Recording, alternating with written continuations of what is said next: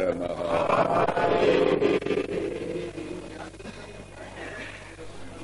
सकृदधर सुधां स्वां मोहिनीं पाययित्वा सुमनसैव सद्यस्तत्यजेस्मान् भवाद्र परिचरति कथं तत्पाद पद्मन्ति पाद पद्मन्ति पद्मा यपिबत हृतकेता उत्तम श्लोक जल्पई।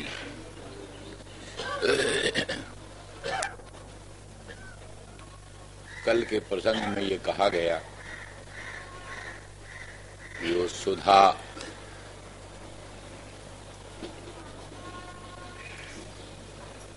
मोहिनी है,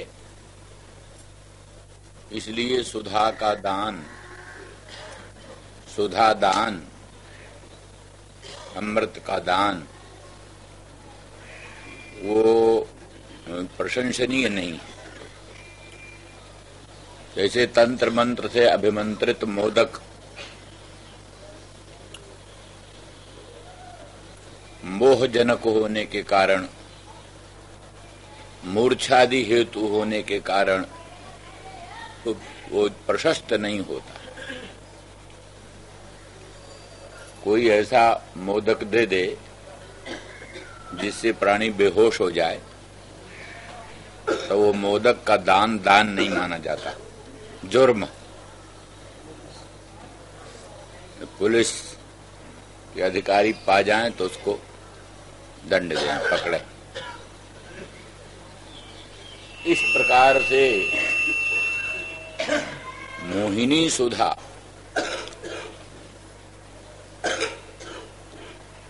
विवेक भ्रंश करी, विवेक भ्रंश करी है, विवेक भ्रंश कर देती। इसलिए ये सुधा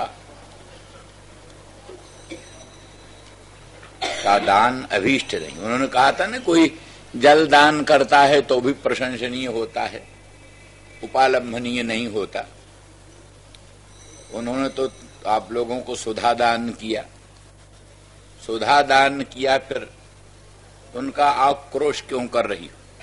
इस पर ही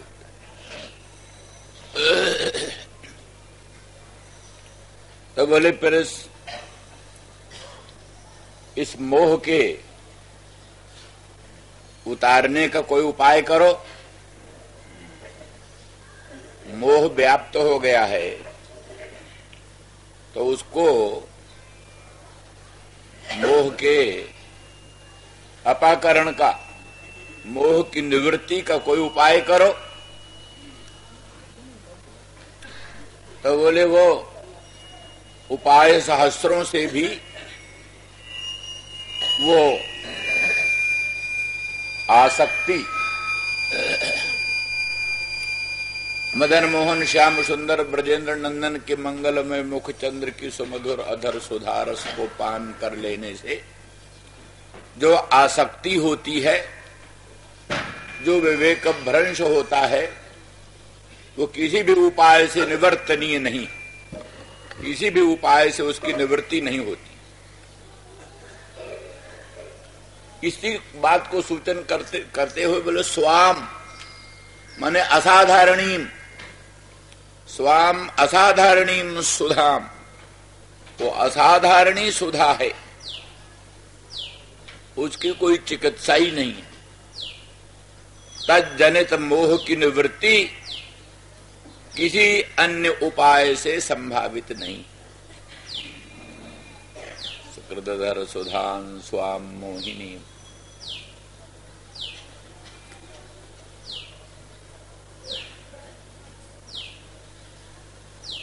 तो गोपांगना कहती हैं, असल में श्याम सुंदर ने ये सुधा दान क्यों दिया? कोई उपकार बुद्धि से नहीं, किंतु इसलिए कि ये गोपांगना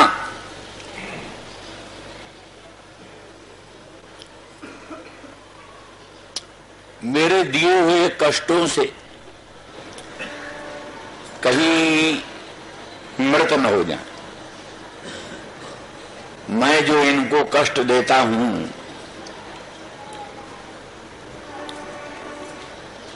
इनको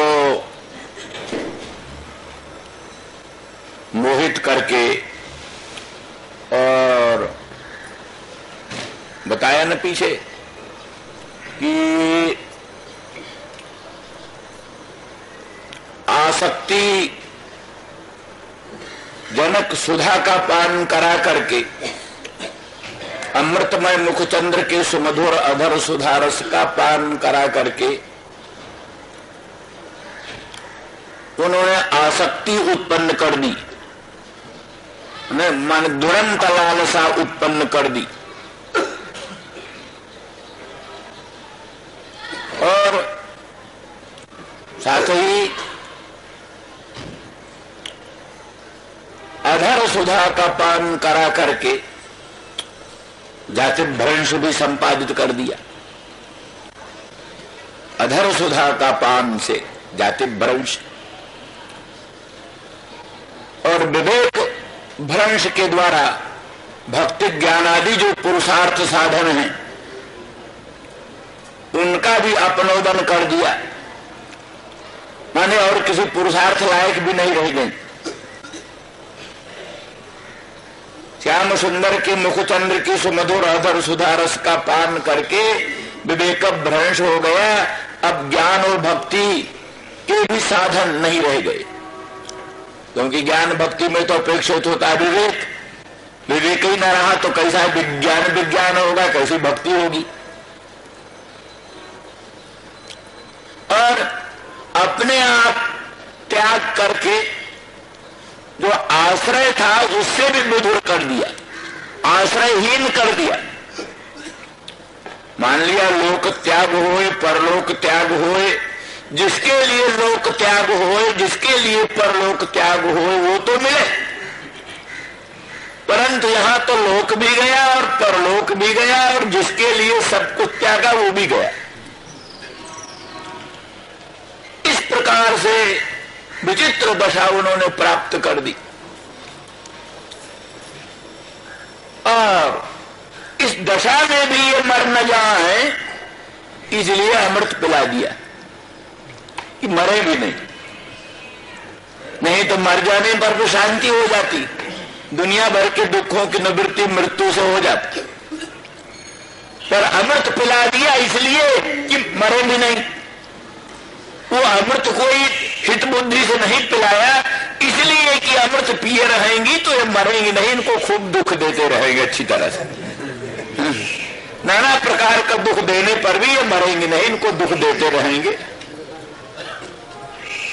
क्योंकि पीछे कहा ना, इनका और कोई स्वार्थ नहीं है। मधुप जो होता है भ्रमर, भ्रमर का तो कुछ स्वार्थ होता है। वो तब तक अरविंद का मकरंद रस पान करता है, भूखा होता है, क्षुधातुर होता है, मालती के मकरंद का पान करता है और पराग का पान करता है, और वो तो क्षुधातुर है। क्षुधा रूप दुख निवृत्ति के लिए विभिन्न विभिन्न पुष्पों का रसपान करता है और तृप्ति न होने से वो छोड़ के दूसरे में जाता है। तृप्ति कोई किसी की भूख मिट जाए तो न जाए, लेकिन एक कमल के पुष्प का रसपान किया, तृप्ति नहीं हुई तो दूसरे कमल में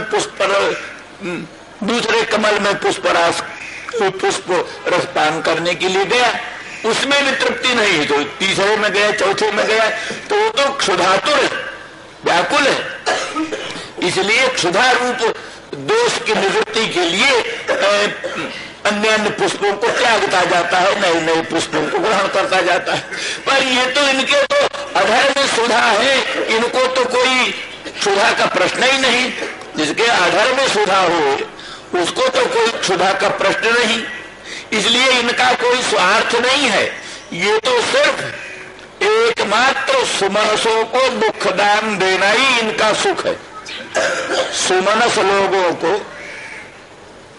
उत्तम मन वाले जो हैं, सीधे साधे उत्तम मन वाले, ऐसे लोगों को दुख देना ही इनका सुख है, उसी को सुख मानते।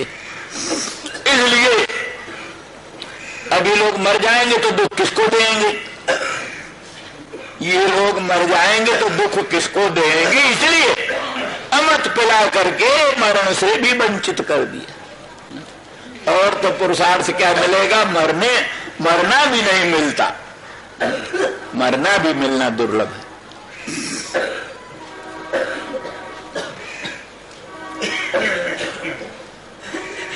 विश्वनाथ चक्रवर्ती लिखते हैं, वो कहते हैं कि कोई जो शुष्क काष्ठ से किसी को दग्ध करे, सूखी हुई लकड़ी से कोई किसी को जलावे एक बात, और कोई गीली लकड़ी से किसी को जलावे, तो गीली लकड़ी से जो किसी को जलाता है उसकी अपेक्षा तो सूखी लकड़ी से जलाना बहुत अच्छा है, जल्दी मृत्यु तो संपन्न हो जाता है। तो शुष्क काष्ठ का जलाना, शुष्क काष्ठ द्वारा जलाना, इसकी अपेक्षा आर्द्र काष्ठ से, गीले काष्ठ से जलाना, ये अधिक दुखदान का हेतु होता है। इस रीति से इन्होंने अधर सुधा पिला करके, अधरामृत पान करा करके और मरण को दुष्टक बना दिया, कठिन बना दिया। जैसे आर्द्र काष्ठ से कोई जलावे, उस प्रकार की स्थिति उत्पन्न की कर दी कि मरना भी असंभव हो और नाना प्रकार का दुख भी मिलता रहे। इस तरह से गोपांगना अपने श्याम सुंदर मदन मोहन ब्रजेंद्र नंदन कृष्णचंद्र के प्रति अपने हृदय का रोष प्रकट कर रही है। रोष, प्रणय कोप, एक प्रणय कोप।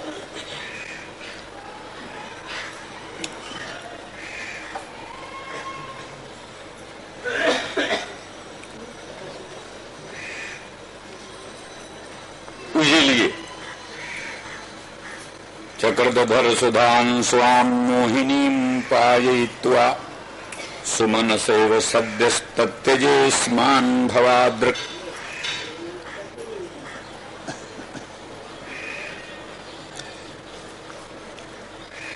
एक भेद और कहते हैं, मधुपस्तु सुमनस रसम पीत्वा गच्छति। मधुप जो है, मधुप भ्रमर, वो तो सुमनस का रस पान करके जाता है, पर श्याम सुंदर पायित्वा गता, वो तो रस पान करके जाता है और ये रस पिला कर जाते, ये रस पिला कर जाते, ये भेद है।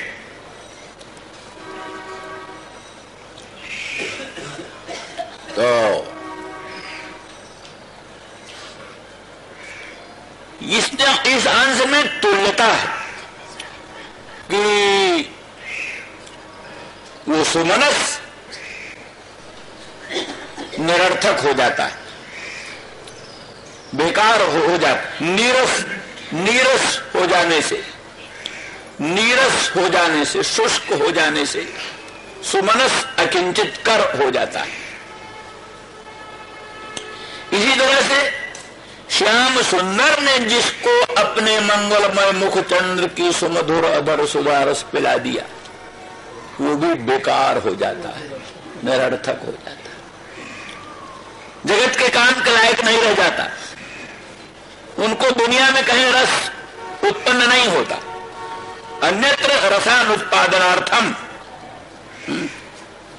जिसको भगवत रस प्राप्त हो गया, दूसरा रस कहां आएगा? भगवत रस की अनुभूति होने के बाद दुनिया का कोई वो रस नहीं भाषित होता, न उसके प्रति इतर राग विस्मारण नृणाम। इतर राग जो है, दुनिया का इतर राग जो है, इतर राग को ये विस्मरण कर देता, भुला देता। दुनिया का राग कोई रहने नहीं देता। इसलिए दुनिया में कहीं रस,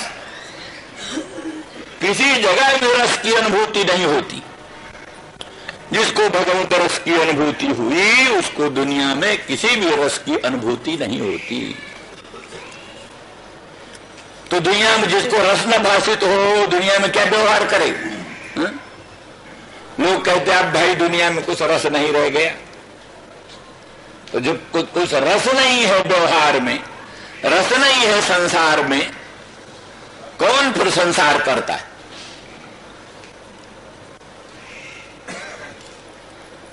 इस तरह से ये सर्व पुरुषार्थ त्यागन के लिए जितने भर भी पुरुषार्थ हैं, सभी पुरुषार्थों को समूल उन्मूलन कर देने के लिए श्याम सुंदर का ही प्रयास था। अपनी मोहिनी सुमधुर अधर सुधा रस को पिलाना, मोहिनी सुमधुर अधर सुधा को पिलाना। ये सुधा के पिलाने का उद्देश्य सर्व पुरुषार्थ का व्यापादन, लौकिक पुरुषार्थ की सामग्री प्रथम से विद्यमान थी, उसको मिटा देना। पारलौकिक पुरुषार्थ की सामग्री को भी मिटा देना, अकिंचित कर देना, और स्वयं को भी हटा लेना, दूर कर देना। इस प्रकार से सर्व पुरुषार्थों से वंचित कर देना मात्र उनका उद्देश्य है, लक्ष्य है, और कुछ नहीं। अन्यथा यदि दया होती, अनुग्रह की बात होती, तो फिर उस सुमधुर सुधा रस को सदा पिलाते रहते। यदि अनुग्रह की बात होती, दया की बात होती, तो फिर उस सुमधुर अधर सुधा रस में दुरंत लालसा उत्पन्न करके फिर उसको निरंतर पिलाते रहते।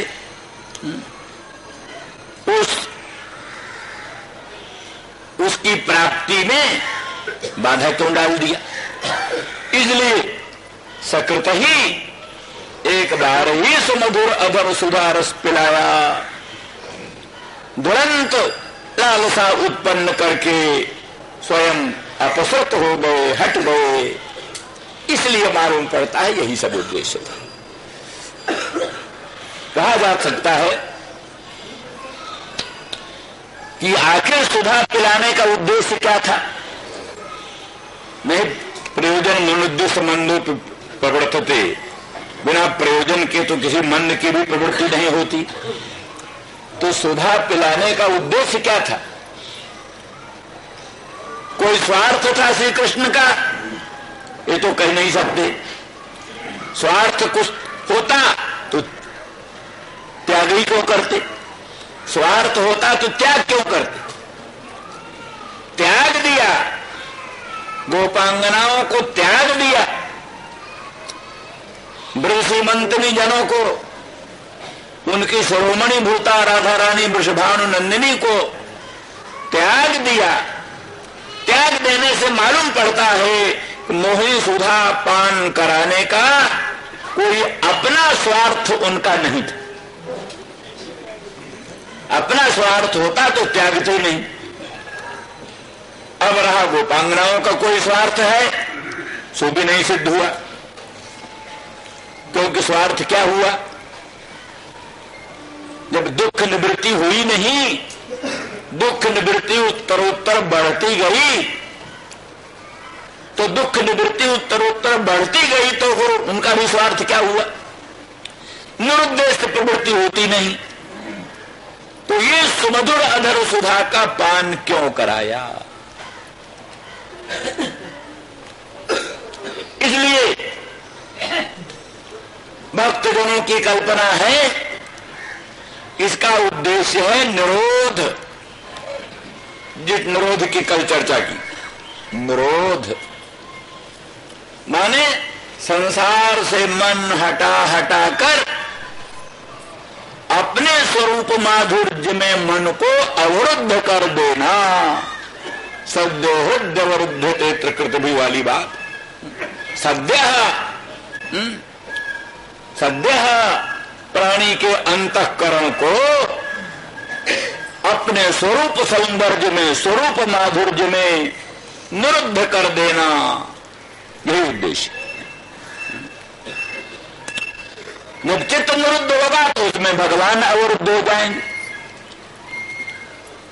भगवत चरित्र में अवरुद्ध चित्त में भगवान अवरुद्ध हो जाते हैं।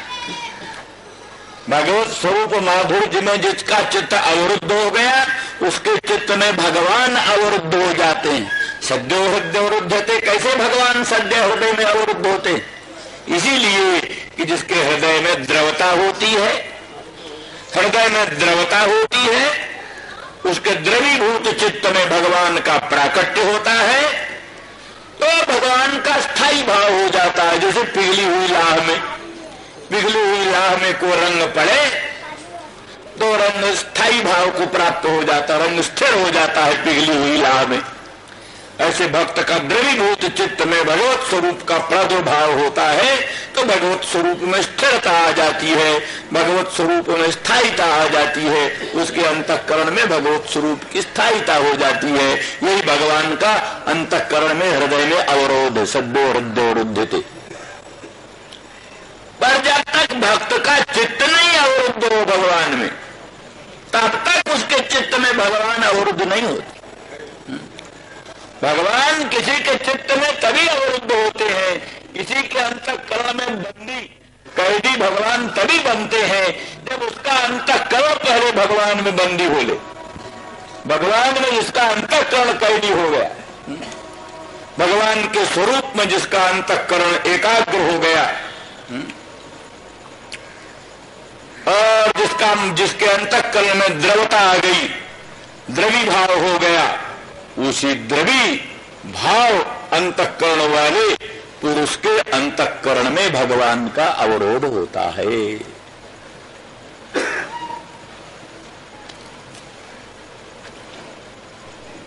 इसलिए यही उद्देश्य हो सकता है और कोई उद्देश्य नहीं हो सकता।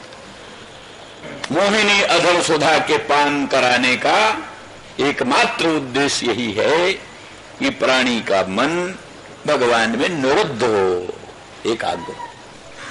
क्योंकि जिसको स्वाद नहीं प्राप्त है, जो भगवान के अनंत माधुर्य को नहीं जानता, अनंत सौंदर्य को नहीं जानता, भगवान के अचिंत्य अनंत लोकोत्तर कल्याण गुणगणों का अनुभव नहीं कर पाता, भगवान के श्री अंग की अनंत सुंदरता, मधुरता, सरसता का आस्वादन नहीं कर पाता, उसको भगवान के स्वरूप में आसक्ति नहीं होती। भगवान के स्वरूप में आसक्ति नहीं होती। जिसको भगवान के स्वरूप में आसक्ति नहीं होती उसमें भगवान का अवरोध नहीं होता, उसमें भगवान का आविर्भाव नहीं होता। ये स्वाभाविक कार्य कारण भाव है।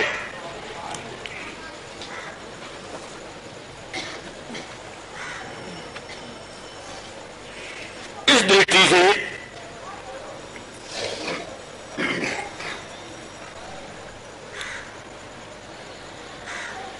सकृदधर सुधान स्वाम मोहिनीं पाययित्वा सुमनसो सद्यस्तत्यजे स्मान् भवाद्रको।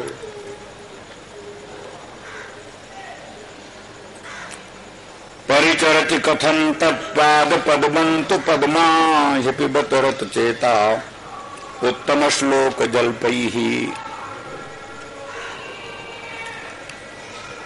मानो फिर ये शंका होती है कि तुम इतना श्याम सुंदर श्री कृष्णचंद्र में दोषानुसंधान करती हो, इतना दोष चिंतन करती हो, पर देखो तो नारी जनों में परम श्रेष्ठ, परम पूज्य, परमादरणीय ऐश्वर्याधिष्ठात्री महालक्ष्मी भगवती, जिस नारी पर बहुत बड़ी प्रशंसा करने लगते हैं तो कहते हैं तो क्या ग्रह लक्ष्मी है, ग्रह लक्ष्मी, घर की लक्ष्मी। लक्ष्मी को उपमा दे देते हैं। उत्तम नारी को कहते गृह लक्ष्मी। तो इसलिए लक्ष्मी की बड़ी लोकोत्तर महिमा है। वो लक्ष्मी साध्वी सती पतिव्रताओं में ललाम भूता, भूषण भूता, और वो लक्ष्मी भगवान के मंगलमय पादार बिंद के आराधन में सदा संलग्न रहती है।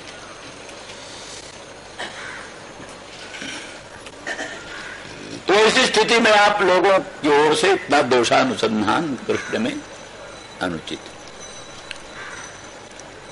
तो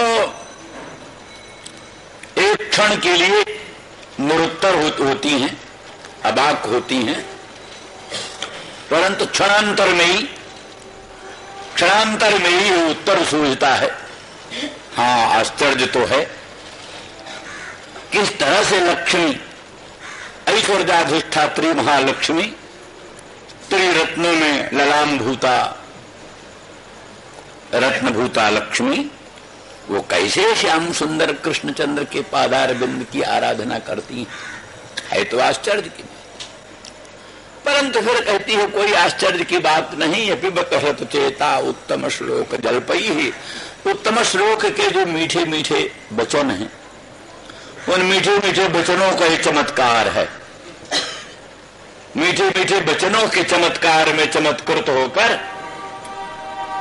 वो भी विवेक शून्य हो गई। इसीलिए विवेक शून्य होने के कारण ही छल छद्म से युक्त श्याम सुंदर ब्रजेंद्र नंदन का अनुसरण करती। इसलिए वो तो उदासीन है, निरपेक्ष। शुरू में ही कहते लक्ष्मी ने वर्णित उसी हालत में किया। क्षीर समुद्र का मंथन करने से लक्ष्मी का प्रादुर्भाव हुआ, तो लक्ष्मी के अनंत सौंदर्य से, अनंत माधुर्य से, दिव्य आभा प्रभा कांति से मोहित होकर सभी लक्ष्मी को चाहने लगे। लक्ष्मी को कौन न चाहे। तो लेकिन फिर लक्ष्मी किसको मिले? तो ही निश्चय हुआ लक्ष्मी स्वयं, जिसके कंठ में अपनी बनमाला डाल दे, जयमाला डाल दे, स्वयंवर हो। लक्ष्मी स्वयं जिसके कंठ में जयमाल डाल दे, उसी की लक्ष्मी। अब लक्ष्मी ने सोचा किसके कंठ में जयमाल डालें, हमको बहुत लोग चाहते हैं। बहुत लोग हमको चाहते हैं, परंतु क्या करें, जो लोग हमको चाहते हैं उनको हम नहीं चाहते। बहुत से लोग हमको तो चाहते हैं, पर हम नहीं उनको चाहती। हमारा मन उनकी ओर आकृष्ट नहीं होता। और जो कोई सुमंगल है जिसको हम चाहते हैं, वो हमको नहीं चाहता। जो हमको चाहते हैं उनको तो हम नहीं चाहती, और जिनको हम चाहते हैं वो हमको नहीं चाहते हैं। यही तो कहानी। लक्ष्मी के पीछे पड़े हुए जो लोग हैं, लक्ष्मी को बुला रहे हैं, आओ आओ लक्ष्मी, आओ आओ लक्ष्मी। वो लक्ष्मी से बहिष्कृत, लक्ष्मी उनके यहां आती नहीं। और भगवान को अनंत ब्रह्मांड नायक अशरण शरण कारण करुण करुणा वरुणालय भगवान को लक्ष्मी चाहती है, पर भगवान निरपेक्ष है। आप्त काम पूर्ण काम आत्मा राम परम निष्काम। क्योंकि उनके लिए लक्ष्मी का कोई प्रयोजन नहीं। क्योंकि प्रयोजन में वही तीन चीज आती है जो हम कहते हैं, अतिशयाधान, महत्वातिशयाधान, आनंदातिशयाधान और अनर्थ निवारण। महत्व, अगर भगवान में कुछ महत्व कम हुए, सीमित महत्व हुए, तो लक्ष्मी के आने से भगवान का महत्व बढ़ जाए। पर जो निरक्षय बृहत स्वरूप है, जिस भगवान की बृहत्ता ब्रह्म रूपता निरतिशय है, बल्कि अनंत पद समभिव्याहत ब्रह्म पद, अनंत पद समभिव्याहत ब्रह्म शब्द है। सत्यं ज्ञानम अनंतम ब्रह्म, केवल ब्रह्म होता तो कुछ दूसरा अर्थ सोच लेते, सीमित बृहत्ता ब्रह्म की मान लेते, लेकिन वहां तो अनंतम ब्रह्म है। इतना बृहत्तम वस्तु का नाम ब्रह्म है कि जो बृहत्तम अनंत है, देश काल वस्तु परिच्छेद से शून्य। तो अनंत जो बृहत है उसमें लक्ष्मी के आने से कोई महत्व बढ़ जाएगा, इसकी आशा नहीं, महत्वातिशयाधान की संभावना नहीं। अच्छा, कुछ आनंद बढ़ जाए भगवान में लक्ष्मी के आने से, तो कहते स्वरूप से जो आनंद सिंधु सुख राशि, जो आनंद सिंधु है, सुख राशि है, अनंत ब्रह्मांड अंतर्गत ब्रह्मादि देव शिरोमणियों का आनंद उसका कण है। अनंत ब्रह्मांड में जो अनंत अनंत ब्रह्मादि देव शिरोमणि है, उनका जो आनंद है उस आनंद सिंधु का एक बिंदु है, कण है। तो इसी परिस्थिति में लक्ष्मी के आने से उन भगवान में आनंदातिशय बढ़ जाएगा, इसकी भी संभावना नहीं। आनंदातिशय का आधान नहीं संभव है, महत्वातिशय का भी आधान संभव नहीं। अच्छा चलो, अनर्थ निवारण हो जाए, लक्ष्मी आए तो कुछ अनर्थ दूर हो जाए। तो अनर्थ पहले अनर्थ हो तो दूर हो जाए। अनर्थ है ही नहीं त्रिकाल में जिसमें, उसमें लक्ष्मी के आने से किसी अनर्थ निवारण की संभावना हो ही नहीं सकती।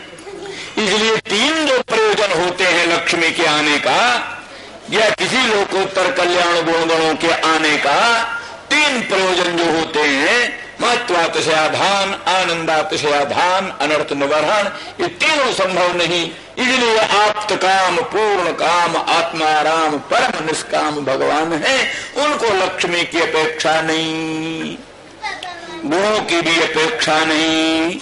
इसलिए निर्गुणम मां गुणा सर्वे भजन्ति निरपेक्षकम। भगवान कहते मैं तो निर्गुण हूं, तो मुझ निर्गुण को गुण भजते, मुझ निर्गुण को गुण भजते। तो गुण भजते हैं तो क्या करेंगे? यथा माम प्रपद्यन्ते तांस तथैव भजाम्य हम।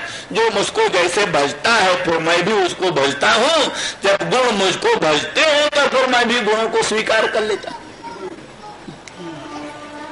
भगवान के मंगलमय मुखचंद्र का अनंत सौंदर्य है, अनंत माधुर्य है, श्री अंग की आभा प्रभा शोभा कांति अनंत है। तो भी भूषणों ने कहा महाराज हमको धारण कर लो कृपा कर। कौस्तुभमणि ने तपस्या किया, कुंडल ने तपस्या किया। कुंडल कौन? सांख्य जोग।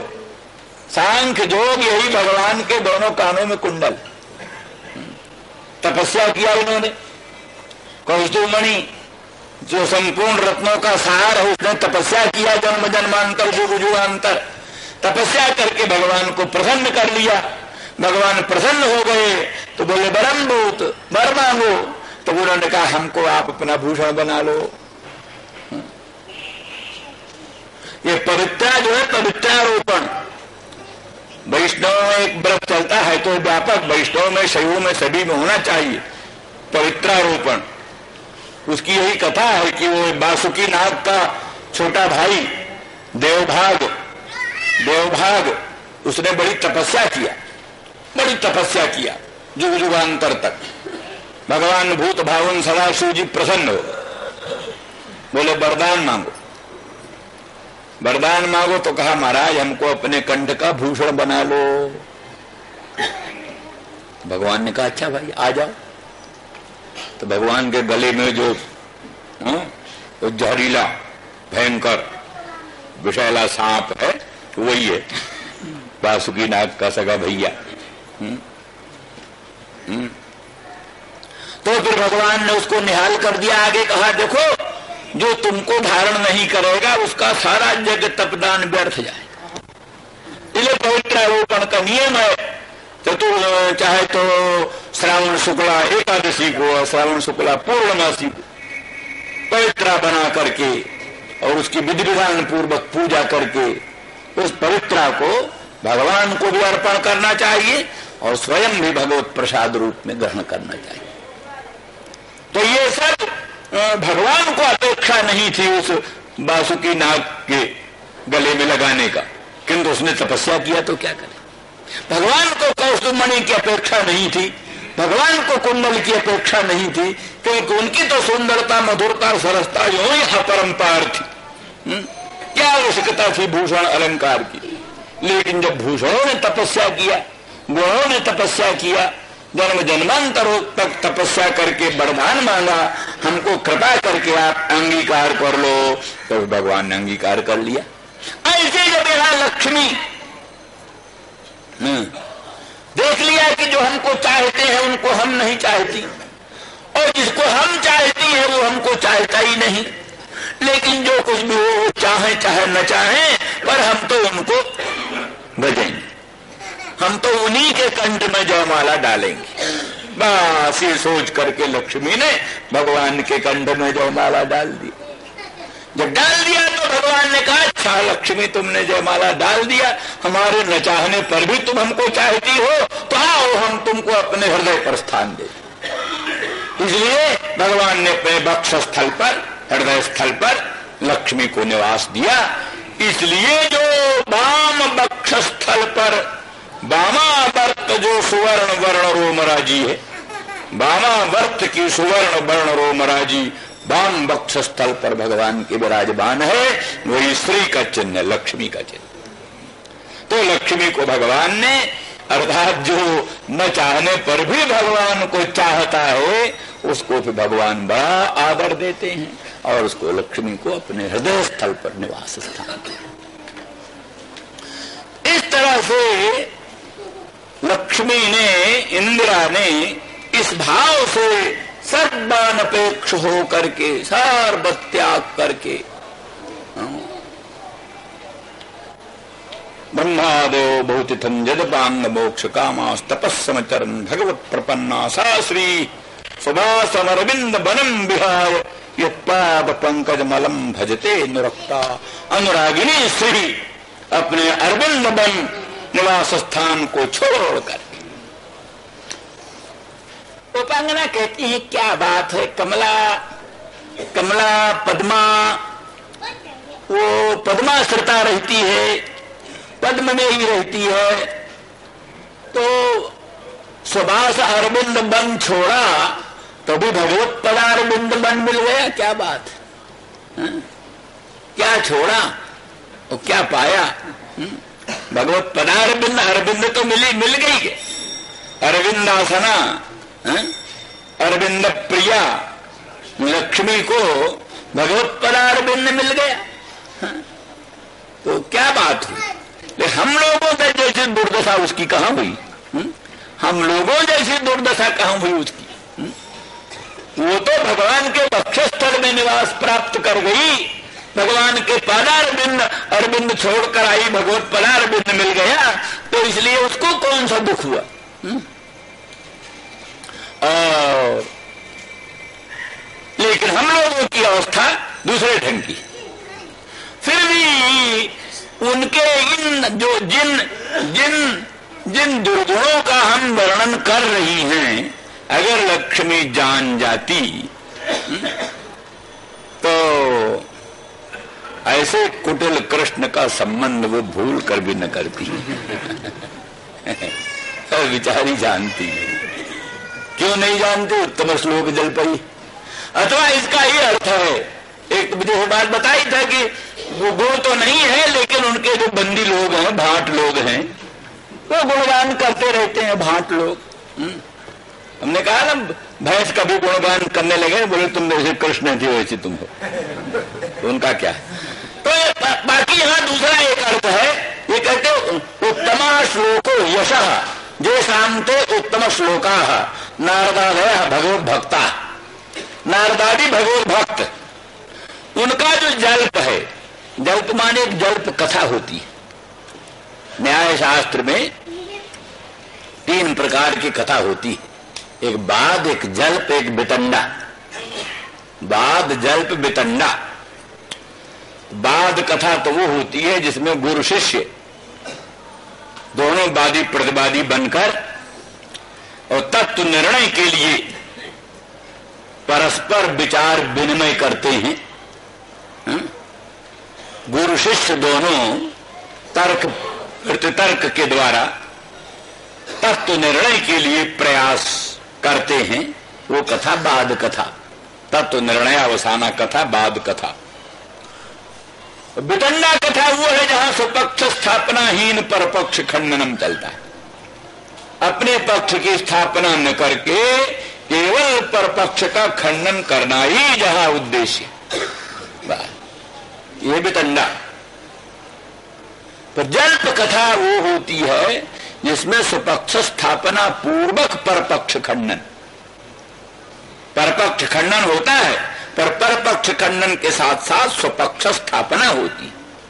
तो स्वपक्ष स्थापना पूर्वक परपक्ष खंडन नाम की जो जल्प कथा है, नारद आदि भगवत भक्तों की जो जल्प कथा है, माने स्वपक्ष स्थापन पूर्वक परपक्ष खंडन, तो भगवत भक्ति करनी चाहिए, कृष्ण भक्ति करनी चाहिए, मदन मोहन श्याम सुंदर के चरित्रामृत का रसास्वादन करना चाहिए।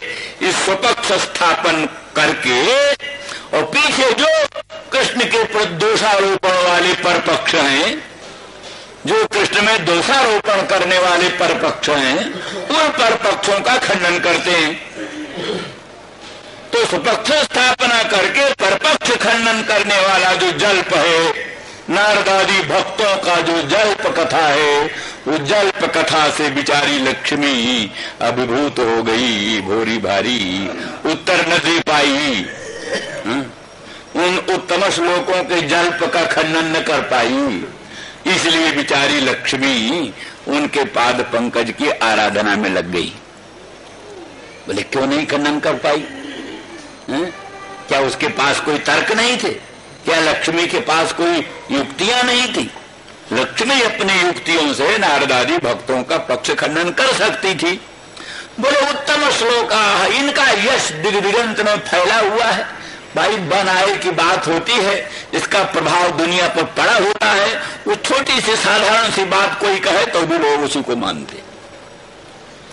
छोटी सी साधारण सी भी बात कहे कोई, अब गांधी जी आदि बिल्कुल तर्कहीन बात, बहुत नगण्य बात कहते थे, लेकिन सारे अखबारों में बड़ा महत्व देते थे, बड़ा प्रचार और टीका और टिप्पणी और संपादकीय और तमाम दुनिया भर की क्या क्या बातें निकलने लगती थी। सब कहते वाह वाह वाह वाह, बहुत अच्छी बात कही, और बात कुछ नहीं, बात क्या थी? तो वो मतलब ये हुआ कि उनका एक यश बढ़ चुका था, एक प्रभाव बढ़ चुका था। इसका प्रभाव पड़ जाता है, यश बढ़ जाता है, एक बार आतंक जम जाता है तो उसकी साधारण सी बात भी महत्व की लगने लगती है। इस तरह से नारदादि उत्तम श्लोकों का यश संसार में दिग्दिगंत में फैल चुका है, उनका प्रभाव महिमा फैल चुकी है, इसलिए उनकी साधारण सी बातों का महत्व बढ़ जाता है। दूसरों के लोगों की उतना बातों का महत्व नहीं बढ़ पाता। इस प्रकार की स्थिति, तो इसलिए पिबत हृत चेता, इस तरह से उत्तम श्लोक जल्पों से या तो उनके जो प्रशंसक लोग हैं उनकी अभीक्षण उक्तियों से, बार बार कहने से, असल में बात तो यही होती है भगवान के चरणों में मन किसी का कैसे, यानी ये तो कह तो रही है गोपांगना सब बात आक्षेप के रूप में, दोषानुसंधान के रूप में, लेकिन रूपांतर जो साधनोपदेश भी है, रूपांतर से ये साधन का उपदेश भी है। सचमुच भगवान के प्रति आकर्षण कैसे होता है? भगवान में दोषों का अनुसंधान न होकर भगवान में अनंत गुणों का ही अनुसंधान क्यों होता है? असल में उत्तम श्लोक जल्पों से होता है, उत्तम श्लोक जल्पों से होता है। भगवत भक्तों का संग करने से, भगवत भक्तों के जो भगवत संबंधी वचन है, भगवत भक्तों के जो भगवत संबंधी वचन है, उन्हीं से भगवान में प्रीति बढ़ती है।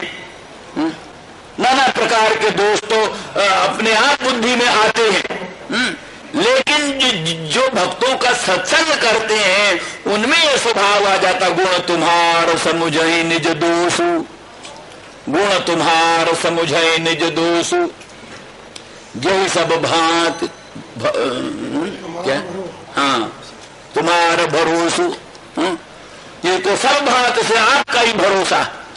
हर एक काम में भक्त अपना ही दोष समझता है, दोष हमारा ही है, भगवान का दोष कुछ नहीं। भगवान तो परम कृपालु हैं, परम दयालु हैं। ये भाव जो भक्त के मन में आता है, अपना दोष ही भाषित होता है, भगवान का गुण ही भाषित होता है, ये किसका प्रभाव है? ये भगवत भक्तों के संग का प्रभाव। जो भगवत भक्तों के संग में बैठते हैं, भगवत भक्तों की सभा में बैठते हैं, भगवत भक्तों के मुखार बिंद से निर्गलित भगवत चरित्रामृत का रसास्वादन करते हैं, उनको फिर भगवान में गुण ही गुण भाषित होने लगते हैं। भगवान में कोई दोष भाषित नहीं होता, दोष सब अपने में भाषित होने लगते हैं, गुण सब भगवान में भाषित होने लगते हैं। ये सब विशेषता भगवत संग, भगवत संगी संग का है। भगवत संगियों का जो संग है, भगवान के जो संगी हैं, भगवान के संगियों का संग होता है, तब ऐसी सब बातें आती हैं। तो इस दृष्टि से आश्चर्य प्रकट करती हुई कहती, परिचरति कथम तत्पाद पद्मंतु पद्मा, पद्मा उनके पादार बिंद की परिचर्या क्यों करती है, कैसे करती है, ये सचमुच विचारणीय प्रश्न है। तो ज्ञातम, ठीक है, मालूम हो गया। इस तरह से वो उत्तम श्लोक जल्पों से बिचारी का चित्त, बिचारी की बुद्धि अपहृत हो गई है, इसलिए विवेक शून्य हो गई है, इसलिए वो स्वयं दोषानुसंधान नहीं करती और अनुसरण करती हुई उनके पादार बिंद की आराधना करती है।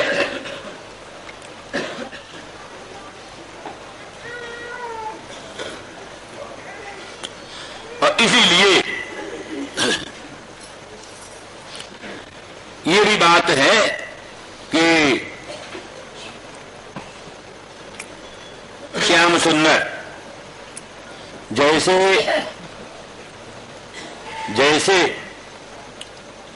विष्णु ने जैसे क्या नाम सुमनस श्रेणी को, सुमनस श्रेणी मान देव श्रेणी, सुमनसा माने देवान, देवों को, विष्णु भगवान ने देवताओं को अमृत पिलाया, देवताओं को अमृत पिलाया। तब प्रसिद्ध आख्यान है पुराणों में, क्षीर समुद्र का मंथन हुआ, क्षीर समुद्र का मंथन हुआ, क्षीर समुद्र के मंथन से अमृत का प्रादुर्भाव हुआ। उस अमृत के लिए देवासुर संग्राम प्रस्तुत हुआ, देवता और असुर दोनों उस अमृत को पाने के लिए बेहाल हो उठे, लड़ने को प्रस्तुत हो गए। देवताओं ने चाहा हम अमृत छीन लें, असुरों ने चाहा हम अमृत छीन लें। देवासुर संग्राम अमृत के लिए प्रस्तुत हुआ तो भगवान ने मोहिनी रूप धारण किया, मोहिनी रूप धारण किया, मोहिनी रूप धारण करके और अपने दिव्य सौंदर्य से, दिव्य माधुर्य से, लोकोत्तर प्रभाव से अपनी मोहिनी शक्ति सब पर डालकर, मोहिनी का जादू डालकर सबको मोहित कर लिया। और असुर लोग मोहिनी को देखकर मोहित हो गए। उन्होंने स्वयं चर्चा चलाई, देखो सुनो, तुम तो बड़ी अच्छी हो, हमारा असुरों का, देवताओं का, भाई भाइयों का बड़ा विवाद हो रहा है, झगड़ा हो रहा है, तुम कहीं मध्यस्थ बन जाओ तो हमारा झगड़ा मिट सकता। तुम मध्यस्थ बन जाओगी क्या? बड़े अनुनय विनय से, बड़े प्रेम से किसी तरह से उससे बात करना उद्देश्य। मोहिनी के लोकोत्तर सुंदरता से, मधुरता से मोहित होकर। तो उन्होंने बल्कि कहा, तो हमारा कैसे विश्वास करोगे? स्त्रियों पर तो विश्वास नहीं किया जा सकता। स्त्रियों पर विश्वास करना बुद्धिमानी नहीं है। तो इसलिए तुम हम पर कैसे विश्वास करते हो? उन्होंने कहा, नहीं नहीं, हम खूब विश्वास करते हैं, पूरा इत्मीनान है हमको। तुम जो कुछ करोगी बिल्कुल न्याय करोगी, हमको 17 आने विश्वास है। इस तरह से उन्होंने थोड़ा निखनन न्याय से पहले उनकी बुद्धि को डगमगाया। नहीं नहीं, हम पर विश्वास नहीं करना चाहिए, स्त्री लोग हैं। पर देखा वो विश्वास हटाना नहीं था, किंतु स्थिर करना तो थोड़ा निखनन न्याय से। जैसे कोई खूंटा गाड़ता है तो जरा हिलाता है, हिलाने का मतलब है कुछ कमजोर हो तो और दो। थोड़ा निखनन न्याय का मतलब ये, कमजोर हो तो जरा और दो मुंगरी मार दे। तो इस तरह से थोड़ा निखनन न्याय से एक बार नानू करके अंत में मान लिया। और फिर उन्होंने अपनी मोहिनी शक्ति का जादू असुरों पर डालकर, उनको चित्र लिखित सा रखकर मोहित करके, और वो सुमनसों को, देवताओं को अमृत पिलाया, देवताओं को अमृत पिलाया और असुरों को वंचित कर दिया, असुरों को वंचित कर दिया, देवताओं को अमृत पिलाया। इस प्रकार से जैसे विष्णु ने सुमनसों को, देवताओं को अमृत पिलाया, उसी प्रकार से श्याम सुंदर ब्रजेंद्र नंदन कृष्णचंद्र ने वो अमृत पिलाने का प्रसंग लेकर के अमृत पिलाया।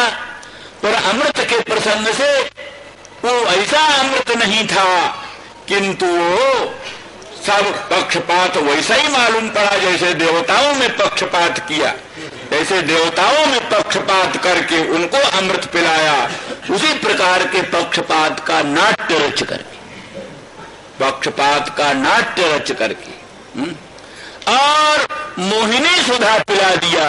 मोहिनी सुधा मोहन करने वाली, आसक्ति पैदा करने वाली, दुरंत लालसा उत्पन्न करने वाली और बुद्धिभ्रंश करी सुधा को पिला करके और हमको सर्व प्रकार के पुरुषार्थों से वंचित कर दिया।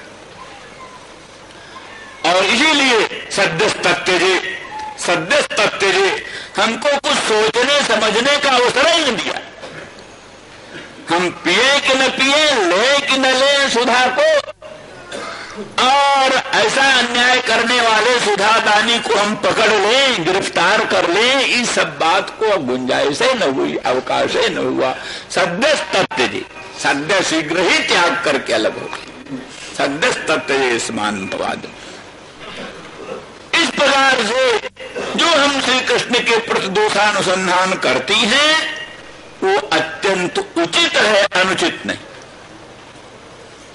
यद्यपि तुम कल्पना करते हो, कहते हो कि उनमें कोई दोष नहीं है, कृष्ण में कोई दोष नहीं है, पर यो क्यों नहीं अनुमान? पहले कहा था ना, जैसे धूली पटल में धूम भ्रम होता है, धूली पटल में धूम का भ्रम होता है, उससे होने वाला बन्नी अनुमान मिथ्या होता है। इसी प्रकार से तो हमारे श्मश्रु की प्रीतिमा को देखकर, श्मश्रु की प्रीतता को देख करके जो तुम कल्पना करती हो कि कोई कुमकुम के आघ्राण से इसके श्मश्रु में पीतता आई है और कुमकुम भगवान के उरस्थल में विद्यमान जो बनमाला है उस बनमाला की कुमकुम है, और बनमाला भी कुमकुम कहां से आई? तो कोई उनके मथुरा की जो पट्टरानियां हैं या कुब्जा है, कुब्जा के उरोजों में जो संलग्न कुमकुम था वही कुमकुम उनके वनमाला में आ गई और उसी वनमाला को आग्रहण करते हुए तुम मधुप के भी श्मश्रु में पीतता आ गई इत्यादि इत्यादि जो कहा था। तो कहा ये तो सब भ्रांति है तुम्हारी, जैसे धूली पटल में धूम का भ्रम, ऐसे हमारे श्मश्रु की प्रतिमा को देख करके तुमको इस प्रकार का भ्रम हुआ। उसका उत्तर देती नहीं, भ्रम नहीं है, यो क्यों नहीं देखते? कोई प्राणी उत्तम वस्तु का त्याग तब करता है जब उससे उत्तम वस्तु मिले। कोई प्राणी उत्तम वस्तु का त्याग तभी करता है जब उसको उससे उत्तम वस्तु मिले। तो ब्रज सीमंतिनी जैसी दिव्य नायिका, जहां ब्रज की साधारण स्त्री भी पद्मा लक्ष्मी, ब्रज की साधारण स्त्री भी लक्ष्मी है। साधारण वृक्ष कल्प वृक्ष, साधारण ब्रज का वृक्ष कल्प वृक्ष है। इस प्रकार से जो कि क्या नाम ब्रज सीमंतिनी, और उनमें भी प्रसिद्ध